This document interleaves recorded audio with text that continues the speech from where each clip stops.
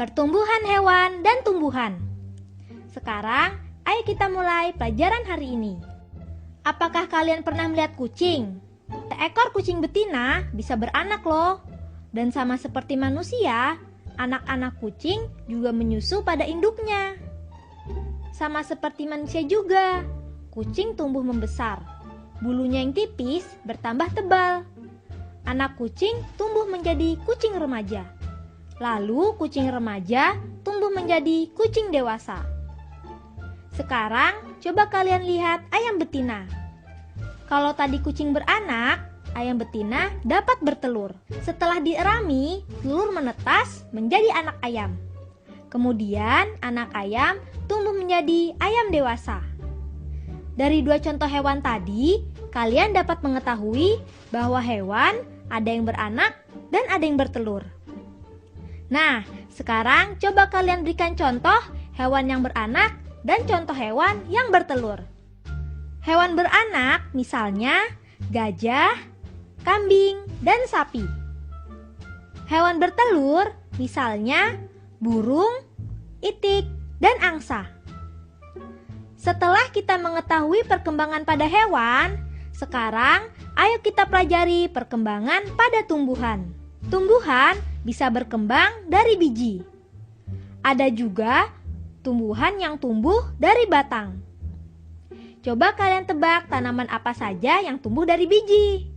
Tanaman yang tumbuh dari biji misalnya jambu, mangga, manggis, dan rambutan.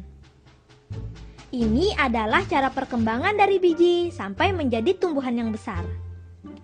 Biji yang ditanam tumbuh menjadi tunas dan akar. Tunas tumbuh menjadi batang dan daun.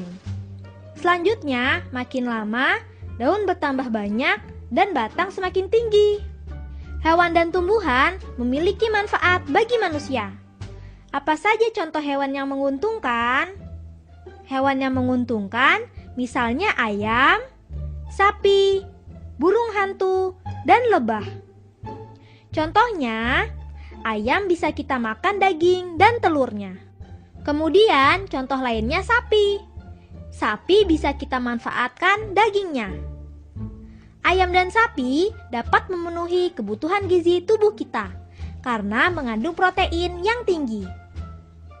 Selain ayam dan sapi, contoh hewan lain yang bermanfaat bagi manusia adalah burung hantu. Apa ya manfaatnya?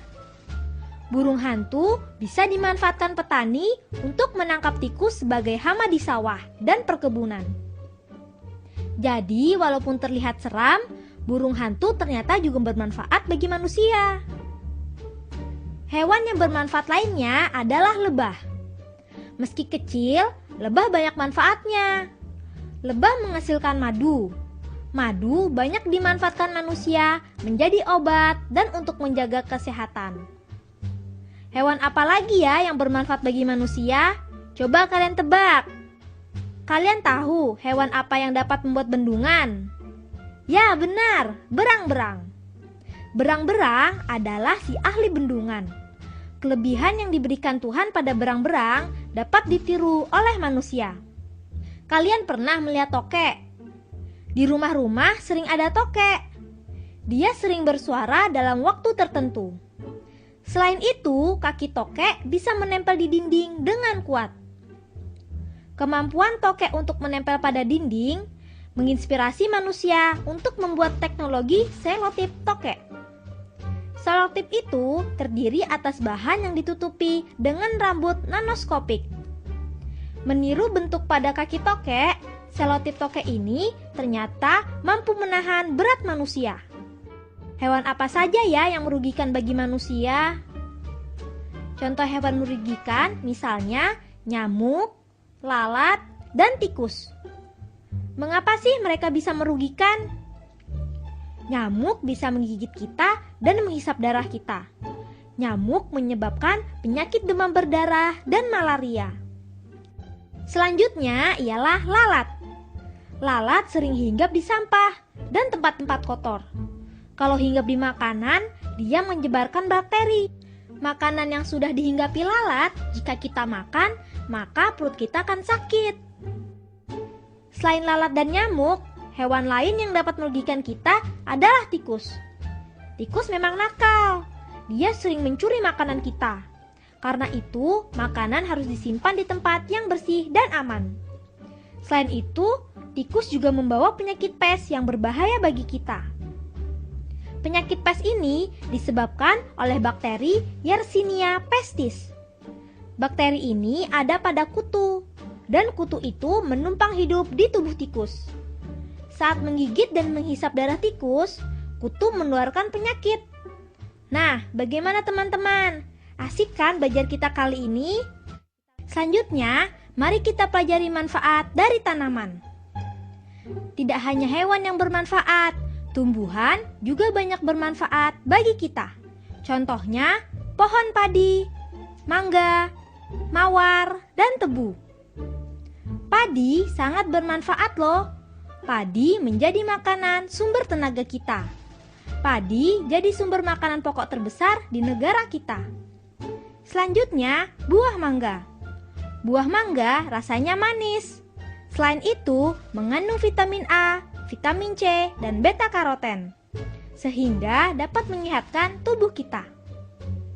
Apa kalian pernah melihat bunga mawar? Bunga mawar selain sedap dipandang, baunya juga harum. Karena baunya yang harum, bunga mawar bisa diekstrak menjadi obat, aromaterapi, dan berbagai produk kosmetik. Pasti kalian tahu gula. Gula rasanya manis.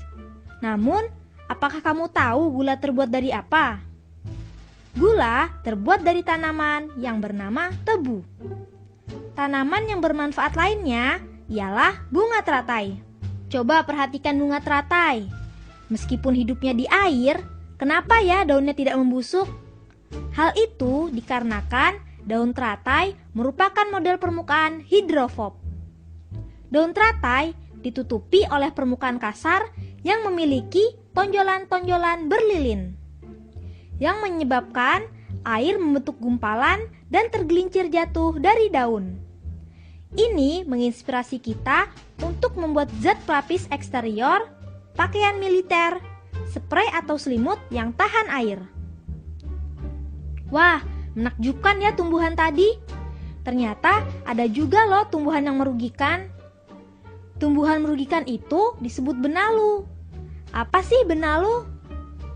Benalu hidup menumpang pada pohon lain dan mencuri makanan tumbuhan yang dia tumpangi. Lama-kelamaan, tumbuhan yang ditumpanginya akan kurus dan mati. Nah, sekarang mari kita pelajari tentang tempat hidup hewan dan tumbuhan. Manusia tinggal di rumah. Rumah berada di daratan. Kalau hewan dan tumbuhan hidup, keduanya tinggal di mana ya? Tempat hidup hewan dan tumbuhan berbeda-beda. Hewan ada yang hidup di darat dan air. Ada juga hewan yang hidup di keduanya. Hewan yang hidup di darat diantaranya kelinci, jerapah, badak, dan masih banyak lagi. Selain di darat, ada juga hewan yang hidup di air. Misalnya, paus, udang, hiu, dan berbagai jenis ikan lainnya. Ternyata ada juga loh hewan yang bisa hidup di darat dan juga di air. Contohnya, katak dan salamander. Setelah kita mempelajari tempat hidup hewan, mari kita pelajari tempat hidup tumbuhan. Tumbuhan ada yang dapat hidup di darat, air, atau menempel pada tumbuhan lain. Tumbuhan yang hidup di darat, misalnya pohon cemara, pepaya, durian, dan masih banyak lagi. Sedangkan tumbuhan yang hidup di air, misalnya teratai, bakau, eceng gondok, dan kangkung. Tumbuhan, selain ada yang hidup di darat dan air, ada juga tumbuhan yang menempel pada tanaman lain, seperti anggrek, benalu, dan tali putri. Nah, sekarang kita sudah mengetahui perkembangan, manfaat, dan kerugian serta tempat hidup hewan dan tumbuhan. Bagaimana? Mudah dan menyenangkan bukan? Semoga bermanfaat ya.